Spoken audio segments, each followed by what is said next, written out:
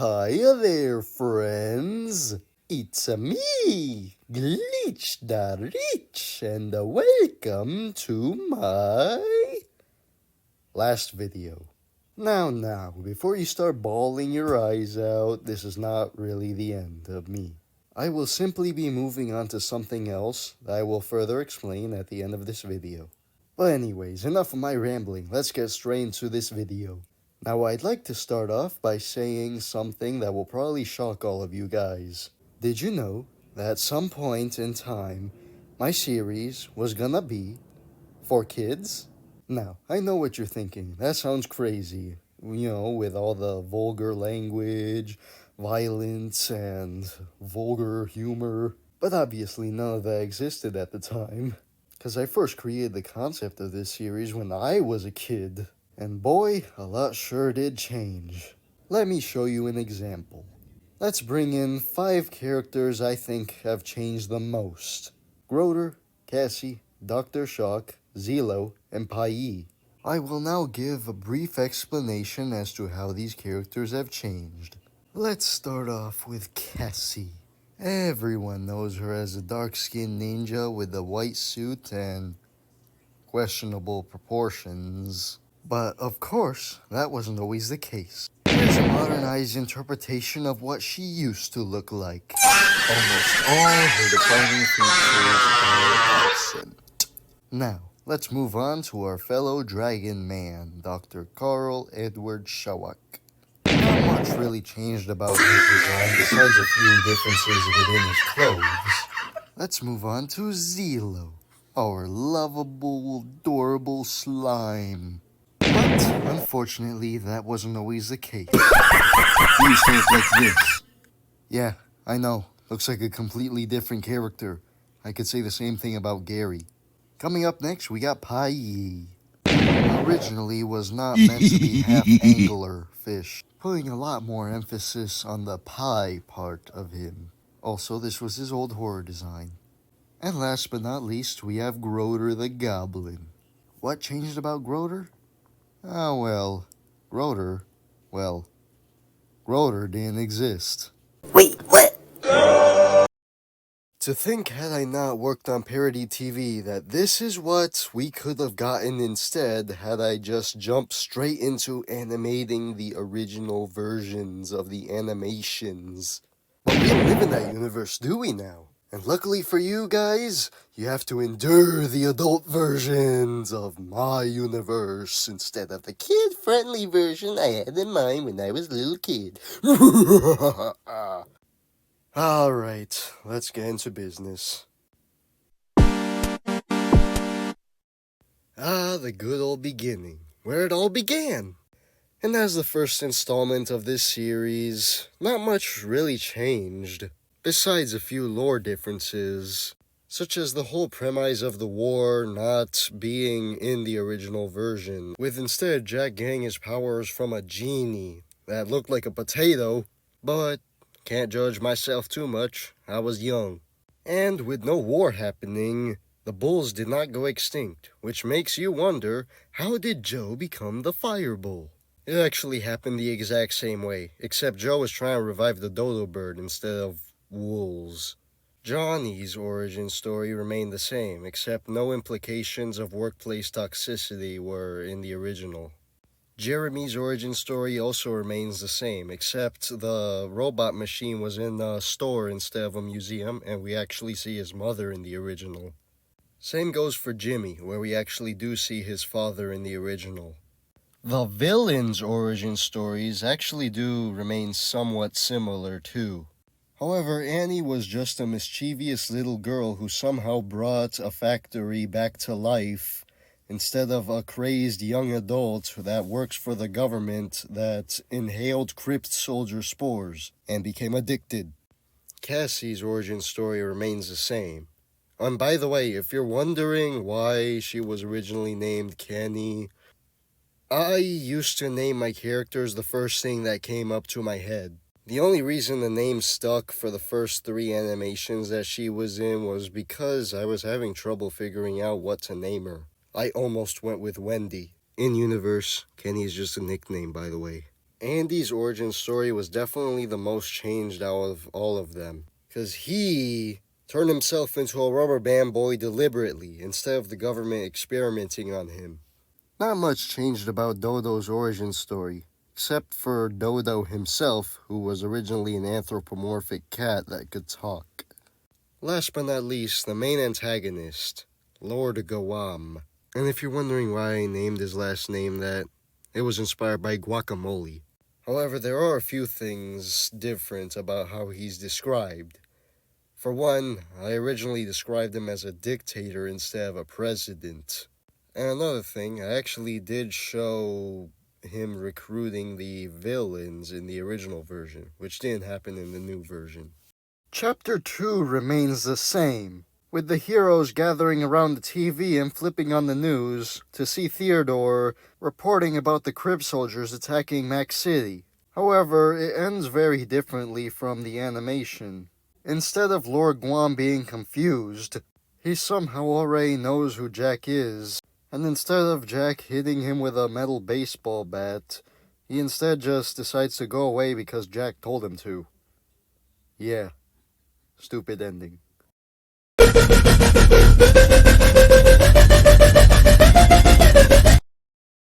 As the second, and much more noticeably shortest, installment of the series, not much really changed about Never Judge a Book by its cover. The whole premise of Jack and Jessica getting into a disagreement stayed the same, and Jack finding the book in his basement and getting dragged into it stayed the same. However, the biggest difference has to be how the book got there. Unlike the animation, where it was shown that Lord Guam sent a cacti cultist to throw in the book, in the original, the book was never explained as to how it got there. And another difference is that when Jack got into the book, since the war didn't exist at this point in time, Chaos wasn't there to inform Jack about what to do. So Jack kind of just figured that he had to defeat a dragon to get out. But anyways, everything else stayed the same, with Jack getting into a forest and slaying zombies and skeletons, and entering the castle. With one last difference being a cut scene where Jack ended up finding a room with a bunch of instruments, and then those instruments came to life and started to attack him. But just as Jack was about to fall to the last instrument, this is where our lovely Mr. Carl Edward Schock shows up. Not Doctor, because remember, he never went to Folklore Land in this version, so he never received his doctorate. But anyways, the whole fight scene goes down the same, with Schock turning into a dragon and attacking Jack, and then Horton showing up, who was originally named Henry. Even before that, I accidentally named him Horny, the Hornet. Well, anyways, the ending with Horton stabbing Schock in the nose, and then him, crying in the corner and crying about how a thief and the rock monster stole his treasure stayed the same. And Jack got the treasure back to set them both free, just like in the animation.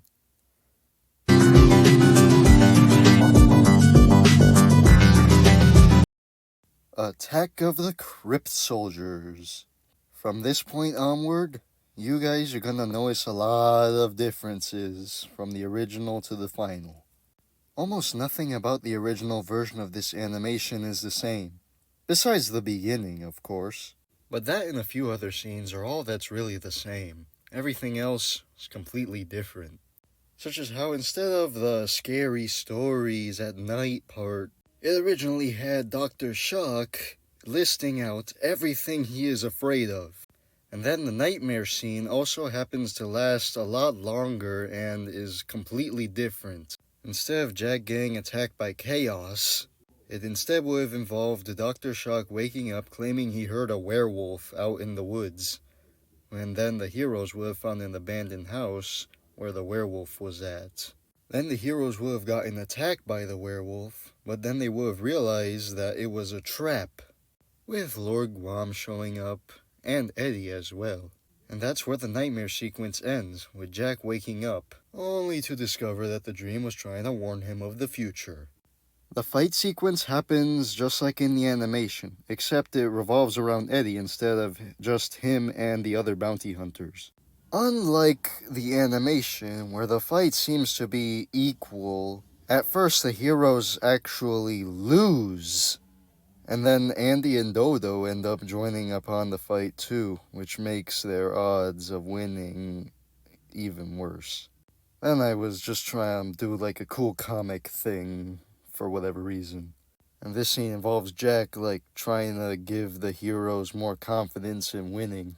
Which ultimately doesn't work because Andy ends up getting them anyway.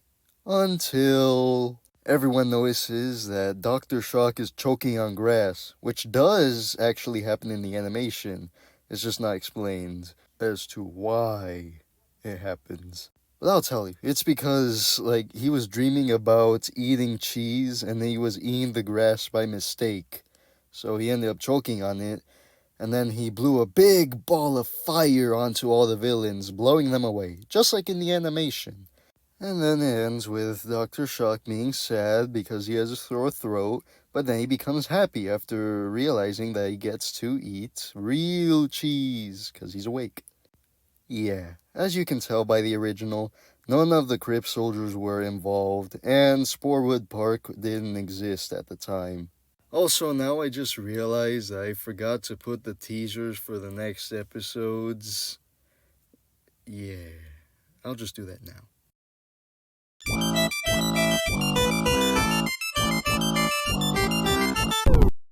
Episode 4. You know the drill. The beginning stays the same. And to be frank, everything else actually stays the same. Kinda. With Jack and Annie finding this weird hallway in the basement, and then finding Zelo's room. Jack, Annie, and Zelo get scared, of course, and then Zelo runs out of the house, just like in the animation, only to get hit by an incoming car, driven by the same person actually, Professor Bones.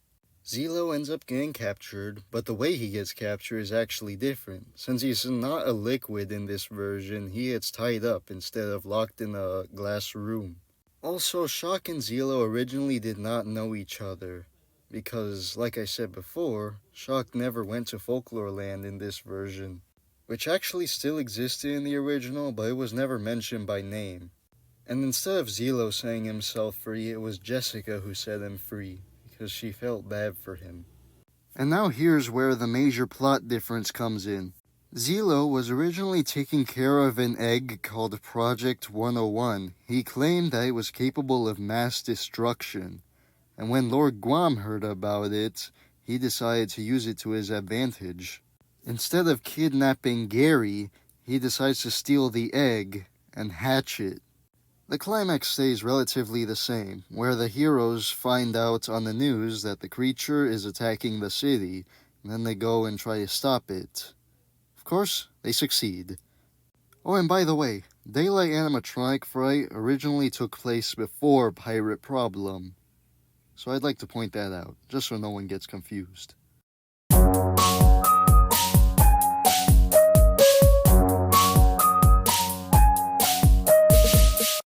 You know, I was really debating about whether I wanted to do this one first or Pirate Problems, but for the sake of consistency, I'll do this one first.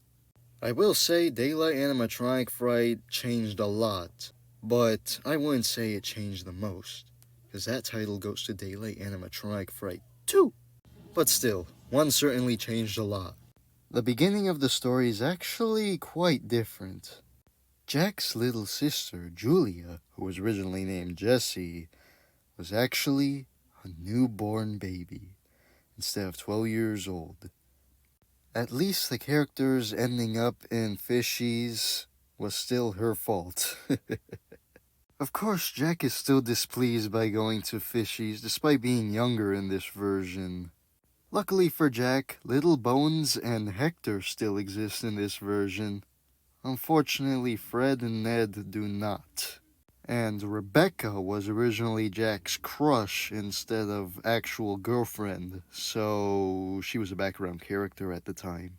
Just like in the animation, Dr. Shock takes the characters to fishies, except he ends up almost crashing into a building, which was almost shown in the animation, except he actually does crash into it. Fishy's the restaurant was originally a giant building with many rooms instead of this towering skyscraper with many floors. And of course, since it was still Jack's birthday in the original, the party scene does happen. Montgomery still exists. However, there was also this other character named Bert Simpson, who does appear in the animation along with another character named Spinach the Spider. However, he has a slightly larger role in the original, which is why I felt like I needed to mention him. A lot of the animatronics from the animation are absent from the original. However, some that are here are Fishy, obviously, Terry, who was originally named Toby, Penny and Pie, Louis the Lobster, and Shrimpy the Shrimp, who was originally named Shrub, Captain Sponge, Eely the Eel, Stu the Starfish, who was originally named Stow, or in this instance just Star, Sharkosaurus, and an earlier concept of Clayton, who was originally named Tim, and an earlier concept of Alex the Axolotl, who was originally a mermaid named Mermaid Mary. She'll appear later. In this version, the animatronics actually do sing instead of just creepily standing around with music playing in the background. Now here's where the big differences come in. In the original, the animatronics actually go berserk and then start slaughtering everybody, which causes the heroes to panic and then scatter around and hide. Jack, Little Bones, Hector, Jeremy, and Julia end up hiding in the janitor's closet. I'm pretty sure we all know what scene this was repurposed into. And just for clarification, the only reason I created that scene is because I wanted to make fun of horror movies. Like in the animation, the heroes end up stumbling across Squishy the Squid, who is a lot friendlier in this version because he's willing to help. Also, like in the animation, the heroes end up getting chased by an animatronic. Except this chase was done by Sharkosaurus instead of Terry, and it was happening inside of a ventilation system instead of a hallway. And eventually the heroes end up in Mermaid Mary's room. However, unlike Alex, Mermaid Mary is not friendly at all. But thankfully Ely still is. Dr. Shock, Horton, Zelo, and Gary were hiding in the freezer, and Captain Sponge still gets defeated the same way, by getting kicked like a football. And the climax is different, with the heroes facing off against Fishy, Penny, and Louis. Ultimately, Penny and Louis get defeated, and Fishy is angry. And all that anger being in vain because he gets defeated soon after. But not by Jack, but by Montgomery Williams, who is inside a golden fishy suit. Oh yeah, and this golden fishy suit was a precursor to Fish G, now known as Garnold the Goldfish. Oh, and by the way, Stevie also had a early counterpart, except he was never drawn. He was just a golden Terry, so you're not missing anything. Ultimately, the original ends with Montgomery getting arrested and being sentenced to 40 years in prison. Mind you, Montgomery was originally meant to be in his early 20s instead of his late 50s, like in the animation. So this isn't really a bad punishment for such a horrible thing he did. Oh, and I guess Julia shooting lasers from her eyes was something always established. And it ends with Bert Simpson becoming the new CEO of Fishy Fish Fish's fishing spot. And the teaser for Pirate Problems is next.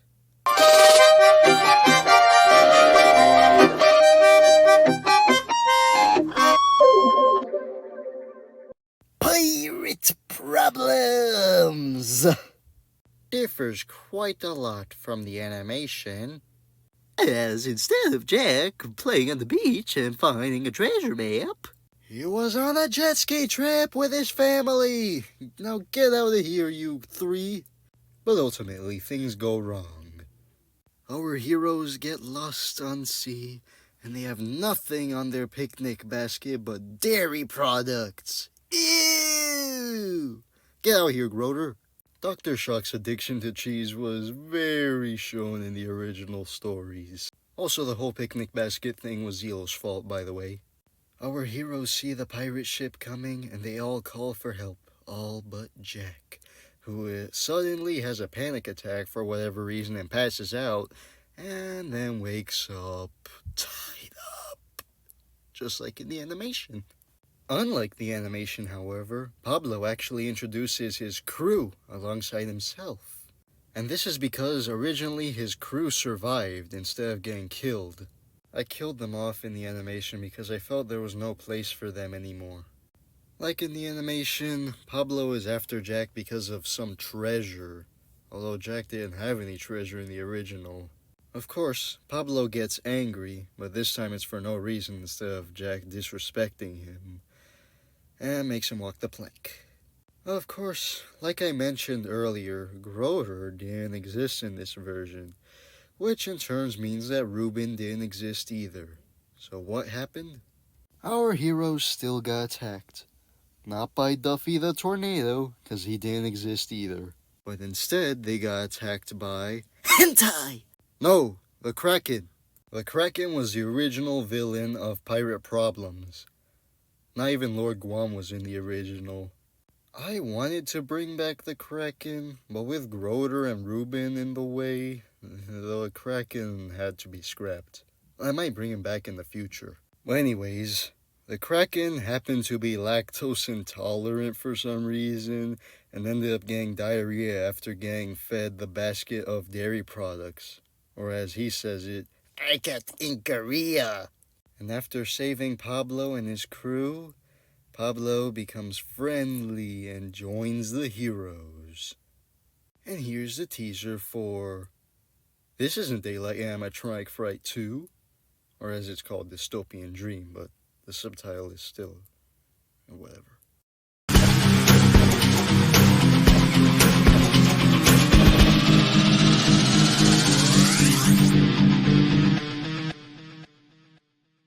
Brace yourselves, people. We've got a lot to talk about when it comes to the old version of Daylight Animatronic Fright 2, or Dystopian Dream, and the animation, as well as the development hell it went through. Now, don't get confused by the beginning. That's the only thing that stays the same. Everything else, different. Different. The original plotline for Daylight 2, or Dystopian Dream as I'll call it, I'll just call it that, involved Lord Guam electing himself as mayor. Why would he want to do that? He's a dictator, and he's still a president. Whatever. I was 8 years old. And after doing that, he basically forced the heroes into doing manual labor for him. Fishies was a one-off, Oscar didn't exist, and Hammerjack was only mentioned one time in the original. Then there was a scene where Zelo and Gary got suspicious and wondered if there was something else going on, which would explain the titanium being under Max City, which is actually still canon, by the way, but the reason for that is that Pangea gets earthquakes often, so yeah. No lore there anymore. The Titanium Death Guam was originally meant to make its debut appearance in Dystopian Dream instead of the end of the prologue. Then there's this funny moment where Lord Guam hires Beethoven's descendant, I guess, to write a song for him. Then Lord Guam and Dodo get into this conversation about power and the government and stuff. And this line for Dodo was reused for more funny context with Broad Bill. Then Jack gets chased down by Dodo after he stole the ingredients to power up the Titanium Death Guam. And then is somehow able to convince all the people of Max City to turn against Lord Guam. Something that will never, ever happen, because the residents of Max City are too dumb to fend for themselves. Lord Guam ends up stealing back the power supply for the Titanium Death Guam, only to discover it's cheese, because Dr. Shock accidentally ate the moon rocks thinking it was cheese. That goes to show, the moon isn't made of cheese. And the story surprisingly ends off relatively the same, with Lord Guam and his army getting tied up and thrown away. Like trash they are. Also, I'd like to point out that originally Dystopian Dream and the early version were meant to be the end. And before I end this one off completely, I'd like to discuss how terrible of an experience I had animating Dystopian Dream, or Daily Animatronic Fright 2. Animation is just not for me anymore, and I'm ready to move on to something else. I had a lot of visions planned for Daylight Animatronic Fright 2 that I unfortunately couldn't put into the animation due to stress and time, you know. Like how Montgomery's youngest son, Clifford, was originally meant to appear in the animation. He would have popped out of Clayton at some point and started, attacking all the heroes. Granted, he still does exist. He just never came outside of Clayton. He does talk in Daylight Animatronic Fright 1, though. There also would have been some kind of relationship dynamic between him and Julia. Yeah. And I was also going to put a chase sequence where Sharkosaurus would have turned into this spider monster and then would have started chasing around Rebecca. And there's also a lot of other ideas that I had planned for Daylight Animatronic Fright 2. But I can't tell you what they are. You know why? Because don't be sad that they didn't appear in Daylight Animatronic Fright 2, because I might repurpose them for Daylight Animatronic Fright 3. So stay tuned for that.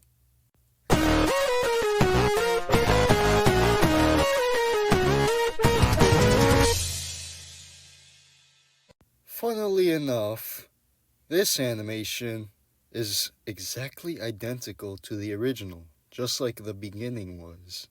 Minus the scene where the animator has a stroke and Groder falling out of the ship, of course. The beginning is exactly the same, with the heroes uniting. The part where the heroes encounter the villains is exactly the same, with the villains all uniting, besides Dodo. We'll get to that later. The fight sequence ends exactly the same way, with Jack ending up alone. The part where Jack is wandering the ship by himself is exactly the same. Lord Guam trying to negotiate with Jack stays the same, except his negotiating is different, of course. Jack confiscating Lord Guam's weapon stays the same, although his weapon is different, but still. The only thing different is who activates the self-destruct button. Instead of Lord Guam doing it, it was Jack. The ending is different, with Jack receiving an award from the mayor for saving Max City. And then, the end screen is shown, with a few different characters, of course. The Choice comic. This comic that appeared on the community post had 3 different early versions, with the earliest version of this comic actually involving Dodo Potato instead of Cassie. This is because, for some reason, I thought that it would be a good idea for the character with the silliest name to have a very tragic backstory. I'll remember what it was, so don't ask me. The comic stayed relatively the same, except it only involved 1 person instead of 2. However, the one thing that all 3 of these early versions have in common is that the person in the situation actually goes through with the knife to the heart. Don't worry, they would have still survived. Somehow. But due to some lore differences I made down the line, forced me to change the entire plot of the comic. And besides, I think the ambiguity of the current comic really sets out the tone I wanted a lot more than the previous 3.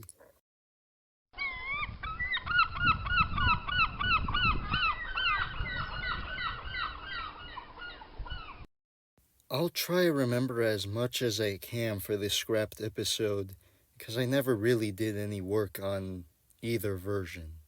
The plotline for the original version would have been that Jack would have been playing on the beach with his family and friends, and then Lord Guam would have came with a submarine and then tried to capture them. I don't remember how it would have ended. I ain't wrote it down, ever. The reason I never drew it is because I thought it was too similar to Pirate Problems. I wanted to bring back the beach episode as a summer special, but I'm done with animation. At least on Flip-A-Clip, of course. The beginning would have been similar to Pirate Problems, except with more characters, of course. Then there would have been this subplot of Groder owing Dr. Shock money. Then Lord Guam would have invited everyone to a giant boat, maybe a yacht, or some kind of replica of the Titanic or Noah's Ark. Then they would have ended up at Groder's Island, and we all know what Groder does. Bonus content. I'll now share some pre-release stuff. Enjoy.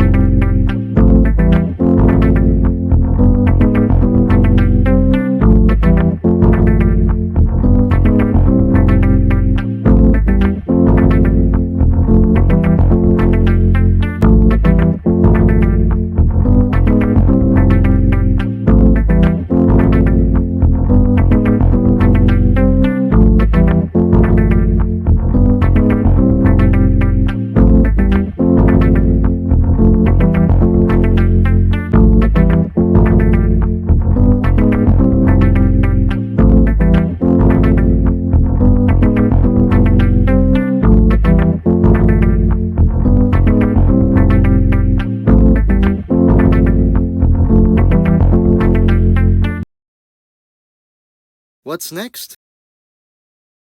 I'm not going back to Parody TV, but you will see more content on this channel in the future.